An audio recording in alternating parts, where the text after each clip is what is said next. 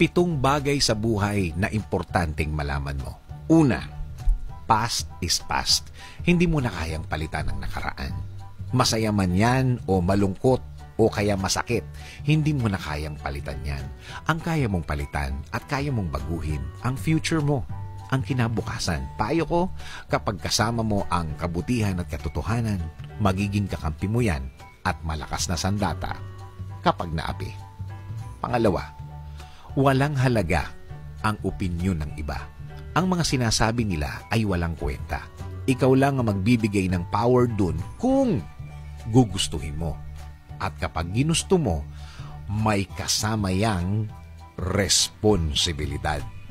Malalim, sana na-gets mo.